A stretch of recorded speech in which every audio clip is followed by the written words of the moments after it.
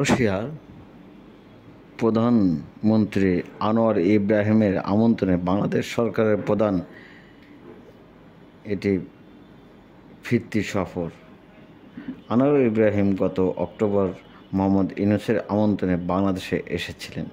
সফরে মালয়েশিয়ার প্রধানমন্ত্রীর সঙ্গে দ্বিপাক্ষিক বৈঠক করেন ডক্টর ইউনূস। এছাড়াও মালয়েশিয়ার সাবেক প্রধানমন্ত্রী মাহাথির মোহাম্মদের সঙ্গেও মোহাম্মদ ইউনূসের সাক্ষাৎ হওয়ার কথা আমরা জানতে পারি।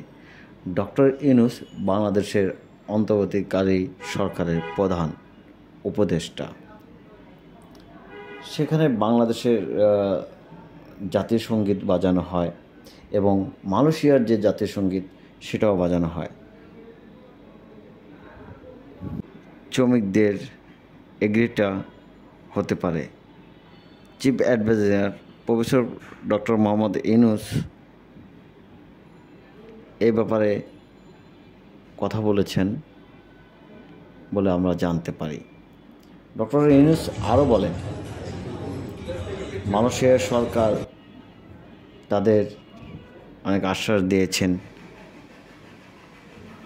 প্রবাসীদের সুরক্ষার ব্যাপারে তাদের সাথে কথা হয়েছে। মালয়েশিয়া সরকার প্রবাসীদের যারা অবৈধ আছে তাদের বৈধ করার ব্যাপারেও কথা বলেছেন।